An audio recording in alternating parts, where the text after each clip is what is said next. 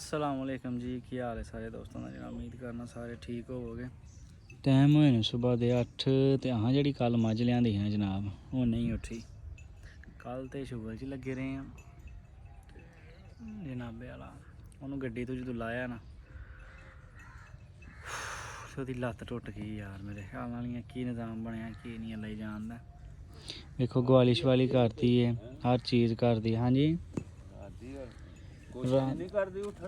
नहीं यार बिठा ली ही अगे चाचा डिग पैंदी कल लियांदी है चंगी भली ए वन ही चंगी भली टुरदी फिरदी गड्डी ते चाड़न लगे अड़ गई लम्मा पै गई मुड़ के उठी नहीं इत्थे लान लगे गड्डी दे विच भी लम्मा पई आई है इत्थे लान लगे ते फिर भी लम्मा पई फिर असा पा के बाहर कड्डी है बाहर कड्ढ के इत्थे गड्डी ढोरी गां माई थले डिग पई मार जुठी नहीं मुड़ के उत्थे चंगी भली दौड़दी हर चीज़ करदी लैके आए हुण कसाई बुलाया ही 60,000 रुपया दिंदा ही पिया 1 दिंदा ही पिया हिसाब लाओ 4 किलो दुद्ध दिंदी ही खांगड़ी मझ 1,60,70,000 दी मझ। ये पाकिस्तान इत्थे मोया नूं होर मार देन एक बंदा अगे परेशान होंदा तू होर मार देन। हाँ जी नहीं ये घाटा साढ़े नसीबां च इन्हें कित्थे उठना चाचा। है वेखो गवाली करदी हर चीज़ A1 ने किस किस्म दी लेकिन है कि मझ दा दिल छड्ड गई है कल उतों निकली है मुड़ के उठी नहीं इन्हें क्या मैं नहीं उठना।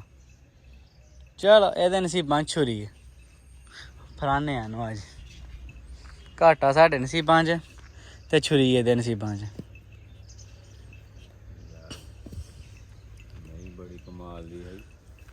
कोई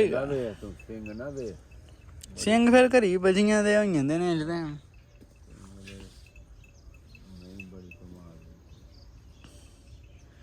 कोई गल नहीं। फिर जेड़ा घाटा मुकदरां च ना ओह टुर के भी आई जाना ही आने चलो यार पैसे सीधे होई जंदे।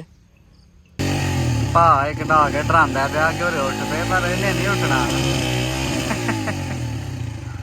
चाचा दी लत्त टुट गई है लत्त टुट गई है। अगली लत्त नहीं लाई मझ ने अगे बिठा ली ही 5-6 बंदे हाँ अगली लत्त नहीं हिलांदी भी।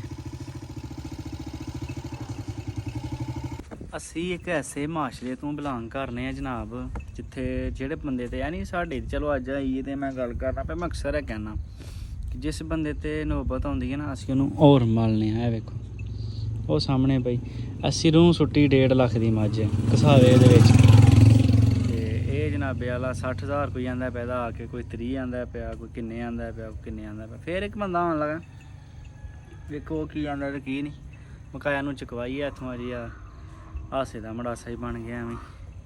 चल आंदा बंदा तो उन्हें चकवाने हूँ जिन्हें भी उन्हें कहे ना। फिर उंज वेखो एक्टिव है पूरी वेख्या गवाली करदी हर चीज़ यस प्रॉपर लेकिन है कि लत्त टुट गई है मझ लत्त नहीं थले लांदी भी।